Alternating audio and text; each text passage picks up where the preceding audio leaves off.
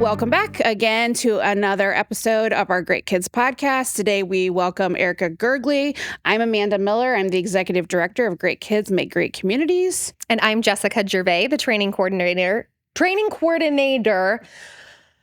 Maybe I'll just change your title. Maybe one of these days.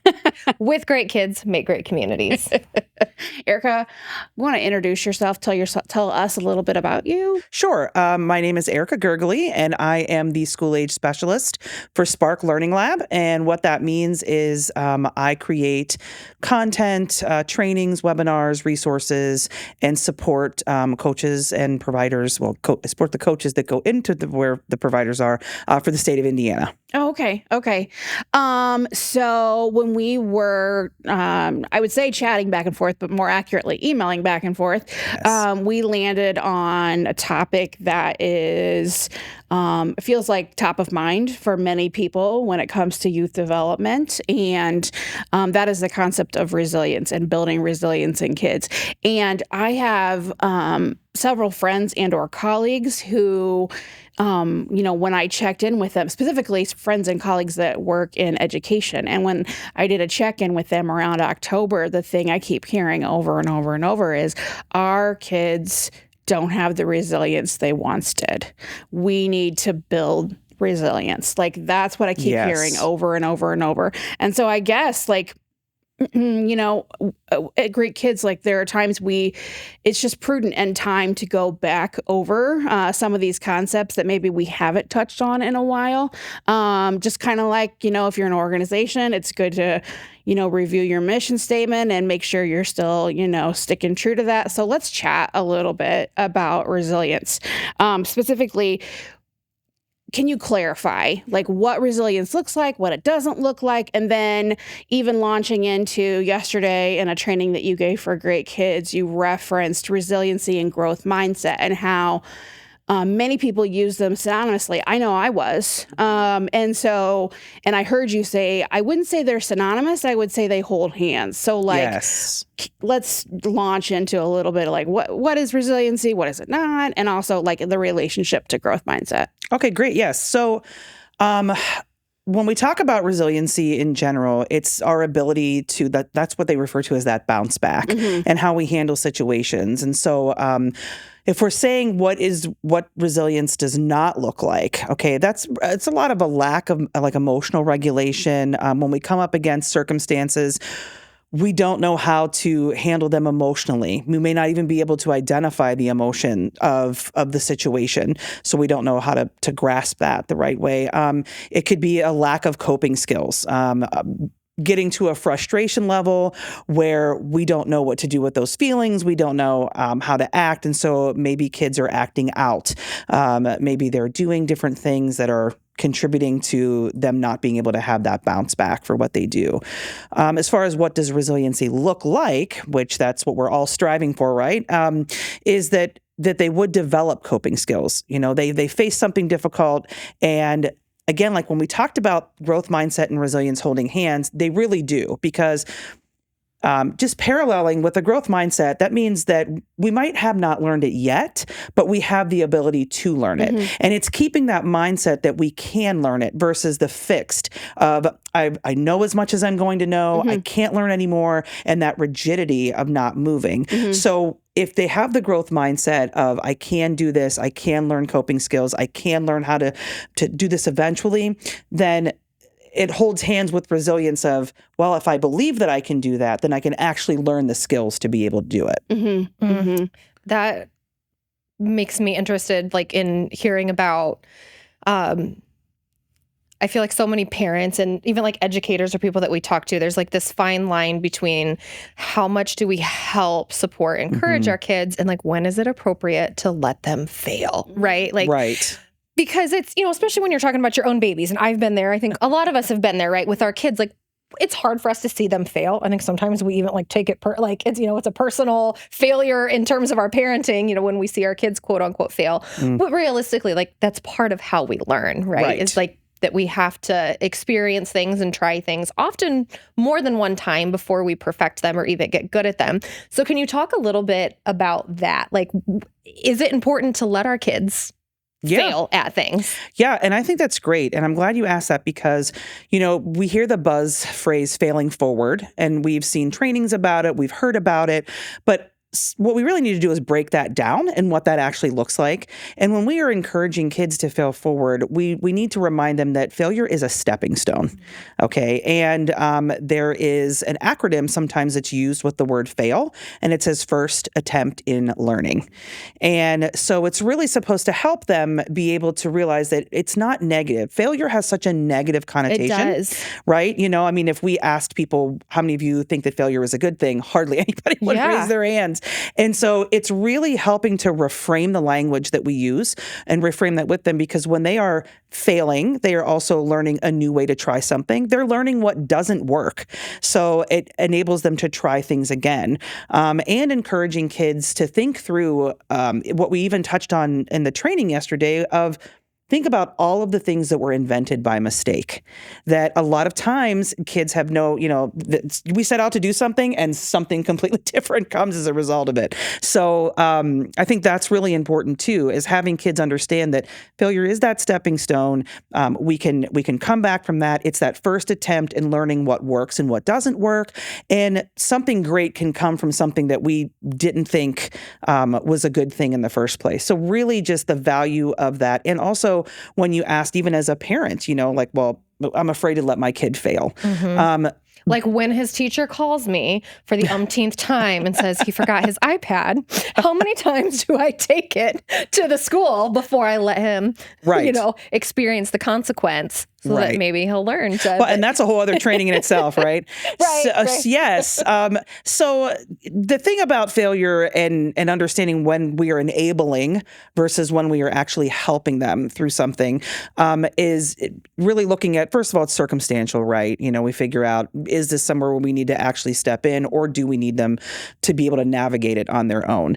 And I'm always going to lean towards the more often than not to allowing them to understand either natural consequences of something that is okay, but it doesn't help their resiliency or their bounce back to be able to have somebody stepping in to rescue them, because they're not going to be able to especially learn what is their frustration level with something and the emotions, because I think it's really important too that we understand how big of a part emotions play in becoming resilient.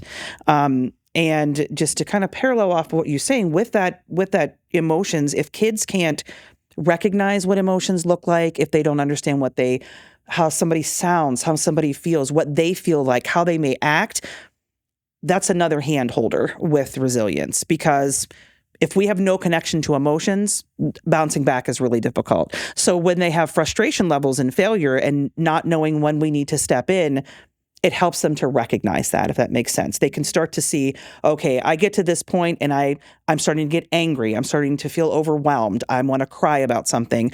And we need to teach them in those moments to ask for help, because asking for help is part of developing that skill of resilience. So instead of them kind of that fixed mindset of we're going to give up, we're not going to do it, it's too hard, we flip the switch with them and say, okay, so let's learn how you can ask for help when you get to this point and when you start to feel those things. One of the things I think over and over, because certainly you can have, so I could have this same conversation and at this level with my 13-year-old son, or even maybe my 11-year-old daughter. This would be difficult conversation to have with my 6-year-old daughter, because of course I want to start building her resiliency factor young.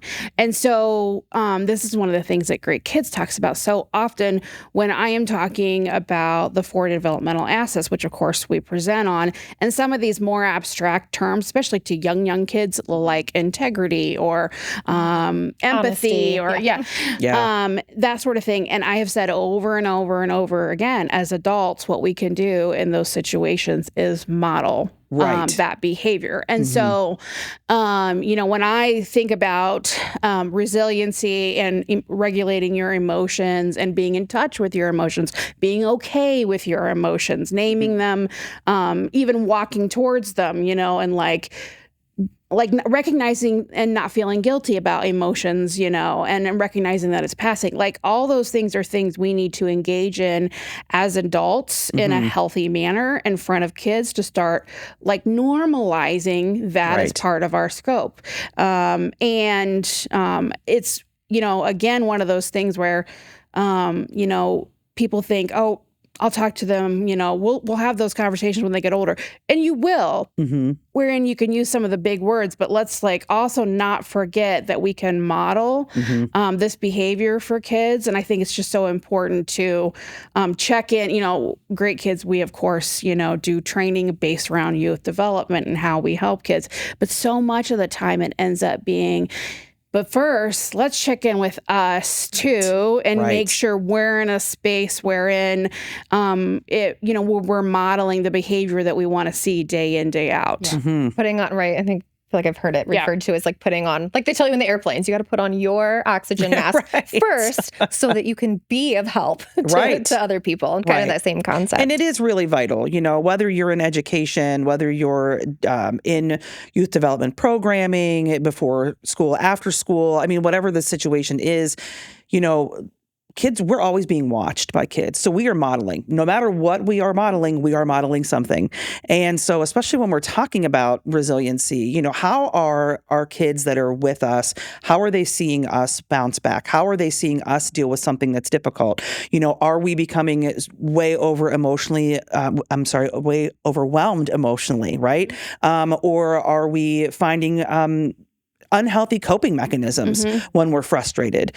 Can we even recognize our own frustration tolerances? Because sometimes I think we put a really big expectation on kids, but we have to remember that resiliency is a skill. This is something that they're learning how to do. And even as adults, we don't have it nailed, and have it nailed down. And that's why that modeling component is so important, regardless of the position that we're in. Kids are watching us how we do it. And so if they are seeing a consistent model of, that super stressed out, that emotionally all over the place, and we can't regulate that, frustration, anger, all those different things, then that's going to model to them that that's how they should handle those situations. So modeling is super important. Yeah, it is, and I have, and we've done many trainings around neurodiverse kids. And I have said from my own lived experience that the most difficult part for us, with the 3 children I have, the most difficult part really of the experience is the emotional regulation piece and helping them build that skill. Because it takes, they are, lagging behind their peers on some of those executive functions. And one of those executive functions is, recognizing when to employ that resilience and reaching back on that tank of resilience. And so I feel like that's like with neurodiverse kids, that's one of the skills or one of the areas that I work the very most on is teaching them to recognize, okay, you're becoming frustrated. That is okay. It is okay to be frustrated. It's okay to be, just know that that will pass. And so for this minute, let's recognize that we are frustrated and it doesn't mean it's going to be forever, And I also like empathize with them. I would be frustrated too. I can see what, so I try to name it. I try to sit with them in it. I don't try to talk them out of it, that sort of thing. It's just really important, I feel like, to keep going over and over and over those resilient skills because, you're going to need those throughout the course of life because, life doesn't have a reputation of getting easier. Well, I agree that emotional regulation piece is not just important, but imperative. Like you, and when I say you, I mean even us as adults, like we as human beings physically can't access the prefrontal cortex of our brain, like the thinking part of our brain where we store like the toolbox, like here are all the skills I developed and that's wonderful. But if I'm heightened and, emotionally dysregulated and I'm, all up in my amygdala, I can't even access those skills that I do have. So how do we first teach kids and teach ourselves and model ourselves some coping mechanisms, some techniques to first, calm ourselves down, get regulated to be able to access some of those skills that we have learned and put them into practice. Yeah, I think what Amanda said too about sitting there with them and empathy. Like some people, I laugh because some people are like, "Oh, I'm just not empathetic." I mean, we all have levels of empathy, and there's actually all kinds of empathy. There's all kinds of definitions, and in a couple of different trainings that I've given, we talk about how emotional empathy is very important, especially for kids. And that part of it is so important that they understand it's okay to feel what I feel. There's nothing wrong with that. Sometimes it needs to ruminate. Sometimes we need to feel the feelings of the phrase that gets used a lot, and help them to think through those next steps, do those calming techniques. There's so many great things out there. I mean, at least, you know what? We live in an age where the resources are abundant, right? We can go on YouTube and find this over here and these calming breathing exercises, different ways to employ coping skills. And it's just, I can't capitalize enough off the fact that it is so important that we let them know that it is okay to be feeling and doing those things as far as how they're responding. And then let's find a better, more efficient way for you to be able to handle that as you move forward. Because like you said, when you're in the moment, right? Because I think of like even difficult. things I say or things I do as a 35-year-old, right? Like in theory, I've had plenty of years to practice this, but you get me up here enough in my anxiety or anger. Right. Absolutely. I will do things in front of my kids that then later I'm like, that was really embarrassing. Like I feel, and then of course I tell myself, I'm like, well, I'm going to take this as a learning opportunity to teach them about, apologizing and making amends and owning up to things. But there's still plenty of things that I do now that I'm not proud of because I've reacted, before I've had a chance to like take the deep breath, calm myself down, and then decide to act. Yeah, because I feel like we're always in that state of, we never master regulation. No. You know what I mean? I don't think we do. And, but we're made a lot more aware when we're in those situations. And then especially when we're talking about how to help kids in those situations, because no matter whether we want them to or not, they're going to watch how we're doing it. Yeah. And they're going to take those cues from that, And in my better moments, I do with my younger kids, try to voice out loud, like if I'm doing something that's frustrating or that I'm not getting right the first time, saying that, because yes, they're watching and they're probably picking up on it, but I feel like even like verbalizing it, if I can think, well, that didn't work. That was frustrating. I'm going to try it this way. Like talking out loud to myself, knowing that they're probably listening and hoping that they're picking up on that, right? That like, okay, sometimes things don't work out the way we want to the first time. That means we go to plan B. What should plan B? Right. I also think it's something I have employed with my son in particular is let's practice what resilience will look like in the moment. Yes, I love that. I love what you've been doing with him. Fantastic. So my son is an ardent fan of all the sports, and I mean all the sports. And there have been many, coincidentally kind of, in the past couple of years, very devastating, some catastrophic losses. Okay. And that has been very difficult for him. And I have started saying to him, when I know a big game is near, say the next afternoon, I will sit down with him and I'll say, okay, let's think about what we can do to celebrate if they win. And then we go through a few things, right? Which is great. Then I say, okay, now what happens if they lose? How are we going to handle our disappointment? Yeah. And so we kind of like paint that out. I'm like, in my mind, I'm like, let's practice some resilience now so that we have something to fall back on when we are, part of our brain is not accessible to us. Right. And I can remind him, sometimes we'll even write out the steps. Yeah. And I can say, remember, we came up with this plan yesterday. Let's do this. Like, you're going to go to your room. I'm going to let you be in your room. And you're going to not destroy anything. You're just going to be, we've had to employ that. Like, you can't destroy property. Like, we've had a few things, where we've had to employ some, like, these are the hard no's, but these are okay. It is Yeah. okay. I think that is so brilliant, though. It's like we keep talking about it like it's a skill, and like with any other skill, You have to how do you practice. get better at, right? Yeah. Like, we have to practice. So I think you setting up those opportunities for him to practice those is really Well, brilliant. and being proactive versus reactive. I mean, what better way to practice what we can do, whether it goes our way or whether it doesn't? You know, because I think too is oftentimes we don't even look at that part of it. We always think, what are we going to do if it's not the outcome that we want? Right.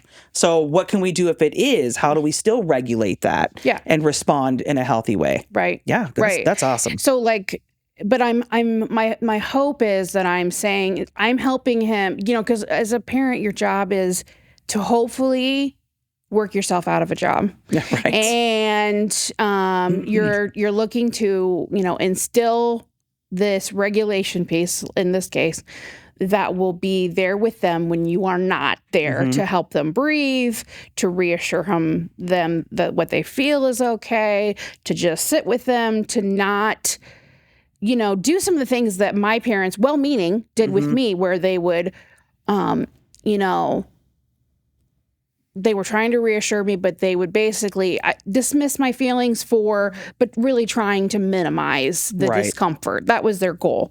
And so, whereas I'm trying a little different with my son because dismissing hasn't worked. And, you know, that, you know, I abandoned quite a while ago. And so the hope is that I can say, okay, you're probably going to feel this. Let's recognize that we've been there before and we made it through this before. And so we can make it through this again. And so let's talk about, you know, how will we face this if we're called to. So, I really love that. Yeah, it's been transformational. Also in fact, it happened this past weekend. There was a game. I didn't know there was a game. And I said to my husband, I'm like, you have one job. And that is to tell me if there's a game. I don't know. Give me a heads up. I don't always Mentally know if there's a prepared. catastrophic situation coming. So let's talk about kids and developing relationships, both with other kids and with adults. Let's talk about like the importance of developing this resilience. We kind of touched on it, you know, before where I said life doesn't typically get easier. It gets harder. I mean, these are kids who are going to grow up. They're going to have families of their own and children of their own. They're going to enter the workforce potentially and on and on. You know, they may influence other kids, just, you know, like the resiliency isn't just a skill for the child that you're working with. It's a skill for society, really. Yeah. And, you know, especially in the last several months, I've really thought a lot about relationships for kids. And that's a real passion for me because we're not just innately born on how to do it. You know, we learn by watching our parents, by watching brother-sister relationships and all the things down the line. And, you know, as we've talked about in the past, like COVID is COVID, and COVID did a job to our kids. They did a job to adults. And, you know, for some kids, it's really all they knew for a period of time. And they're just coming out of it essentially. And, how it stifled relationship building was really deep because kids weren't around other kids. But the point of that in the whole resilience and how that makes a difference, kids are struggling to know how to come back when something doesn't go their way in relationships. Even your young kids. Oh, well, you didn't like what I said, so you're not my friend anymore.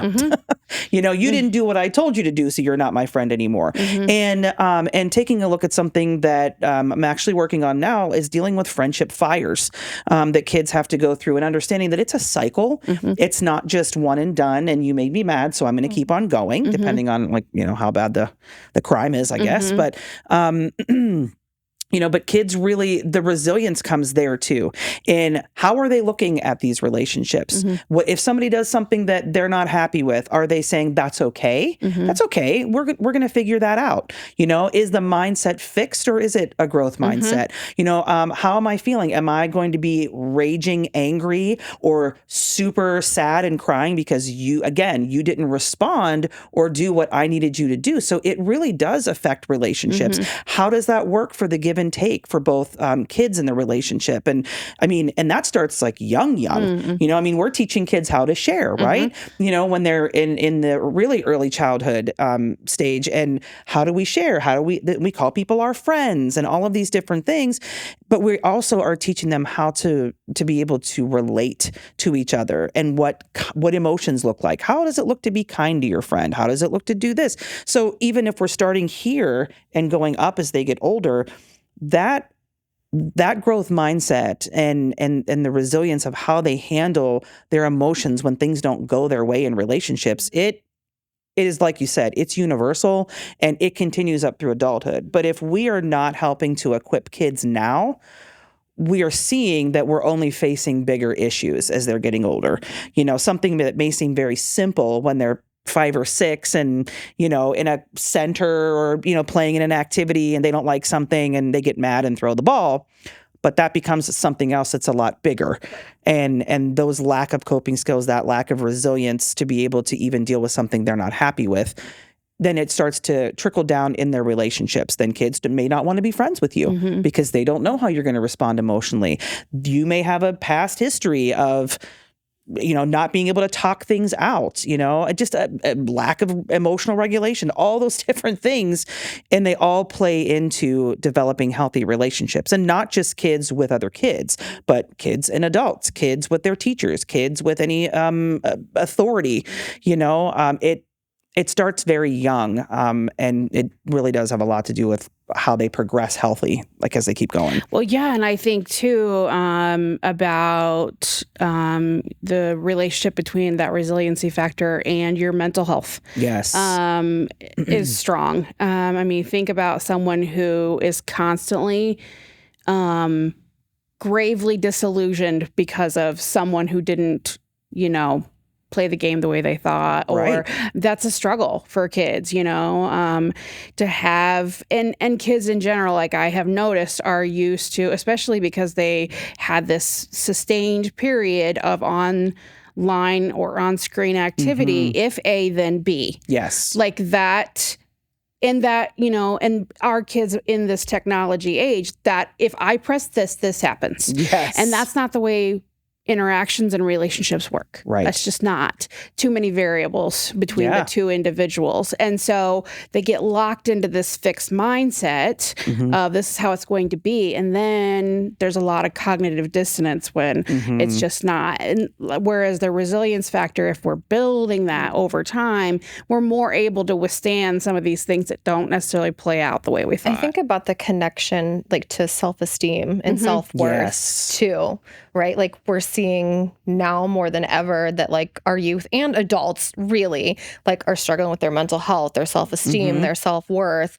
And I think about how the resiliency and the growth mindset have got to play into that as well, right? Because when we feel competent and when we feel capable and we're able to do things and be resilient, that makes us feel better about ourselves, gives us better self-esteem, higher self-esteem. Yeah, if you even think about the rates of depression, there's a lot happening in the world around us, right? And unfortunately, instead of having a more compassionate world that cares about that, we are really coming up against a world that is lacking compassion and empathy. And that doesn't help in those situations either. Because, when it comes down to it, I want to be seen. I want to be cared for. I want to be loved. I want somebody to want me, just as I would want somebody else. And if we are not trying to do those things for our kids now, it's going to be, it just gets more difficult as they get older. Right. For sure. Yeah, exactly. Well, I think that's about what we have time for today. I really appreciate you joining us and giving us some insight on resiliency. Thank you. And, do you have any super happy to be here. Yes. Yeah. Well, and I feel like you were able to give so many great resources. I don't mean to put you on the spot, but is there anything That's what we do, though. That's what we do. But occasionally. We told you we wouldn't, but here we are. Is there anything offhand that you can think of in terms of resources for people if they're thinking this was really great, but I need more than 20 minutes, or I don't know, however long we've rambled on for? Well, there's a lot out there, first of all, so I don't even necessarily know if I can narrow it down to one thing. For what we do I work for the state of Indiana in the job that I'm in. And so part of our role is to create resources like that. So as far as Spark is concerned, we do have an online database of trainings and resources for anybody that wants to sign up. It's a free account type thing. And they can go on there and find My Spark Learning Lab, where they will be able to get a hold of any of those things, or they can contact Spark themselves, Spark Indiana, and they can talk to somebody who can help give some coaching. We also have mental health and wellness coaches with what we do. We do support with the Calm app. We have different a variety of different resources. I'm the school age specialist. However, we have a mental health and wellness specialist. We have well-being and family engagement specialists. We have a lot of people that are trained in these areas so that we can be the best support to anybody working with children and youth that we that's can. amazing. So, that's great. yeah. That's really and people encouraging. like you guys who are doing amazing work, that I am so grateful to be a part of what you are doing here and around, because what you do is not just here, it resonates all over. Oh, thank you. Yeah. It's the feeling phenomenal. is mutual. Yeah, thank you. Thanks for joining us. Once again, we would like to extend our thanks to the Follinger Foundation, that is the primary funder of Great Kids Make Great Communities, as well as Lutheran Foundation, who funds this podcast series. So thanks for joining us, and we'll see you next time. Bye.